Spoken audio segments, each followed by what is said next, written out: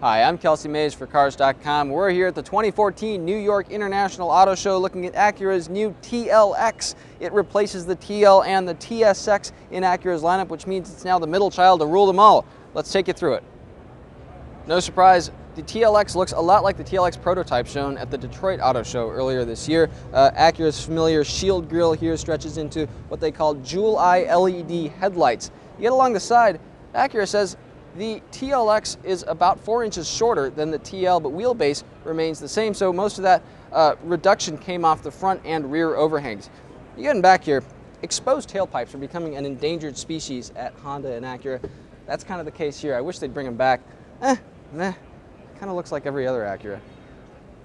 Familiar stuff on the inside here, 2 screens here. This is what Acura does in the RLX, their flagship sedan. The bottom one is 7 inches.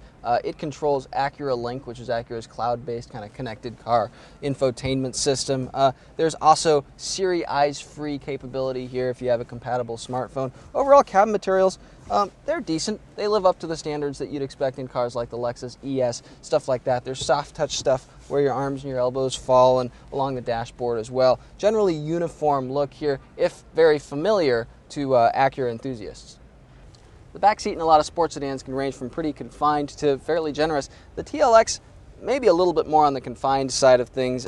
Seat cushions could be a little longer here for better thigh support, and the seat sits pretty low to the floor, yet doesn't have a lot of extra headroom here, so my knees are kind of dangling up in the air. Legroom, okay, it's adequate, I guess. I'm 6 feet tall, and that's where I would sit to drive. Now, cabin materials remain consistent with those up front, and there is a new 60-40 split folding rear seat. Acura says the old TL did not have that. The old TL also had a little bit of a small trunk for its size. Acura doesn't have exact specifications on this trunk, but it does say that the trunk is a little bit bigger.